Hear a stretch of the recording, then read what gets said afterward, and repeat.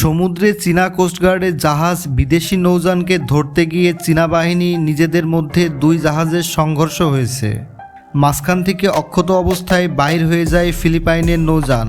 সংবাদ মাধ্যম রয়টার্স জানিয়েছে, চীনের সোল দ্বীপ থেকে ফিলিপাইনের একটি নৌযানকে তাড়া করতে গিয়ে নিজেদের মধ্যে একটি যুদ্ধজাহাজে ধাক্কা দেয় চীনেরই কোস্টগার্ডের একটি জাহাজ। দক্ষিণ চীন এলাকায় ঘটনাটি ঘটে।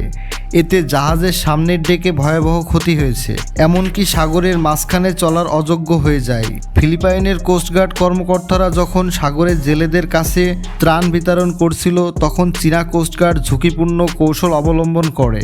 এ কারণে চীনা জাহাজ দুইটির মধ্যে সংঘর্ষ হয়। অন্যদিকে বেইজিং জানিয়েছে, জল সীমানা লঙ্ঘন করে ফিলিপাইন নৌবাহিনী অনুপ্রবেশ করে। এ সময় তাদের ধাওয়া করা বিষয়টি স্বীকার করলেও সংঘর্ষের বিষয়টি এড়িয়ে যান।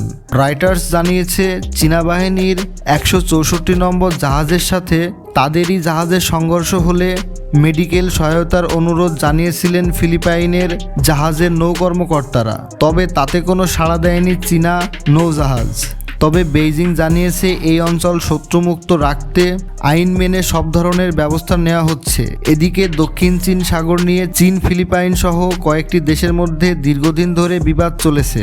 2012 সালে চীন এই দ্বীপ নিজেদের দাবি করলেও পরবর্তীতে 2016 সালে চীনের দাবিকে অবৈধ ঘোষণা করে দ্বীপটিকে ফিলিপাইনের ঘোষণা দেয় আন্তর্জাতিক সালিশ আদালত। তবে সেই রায় প্রত্যাখ্যান করে দ্বীপটিতে আরও নজরদারি বাড়িয়ে দিয়েছে চীন।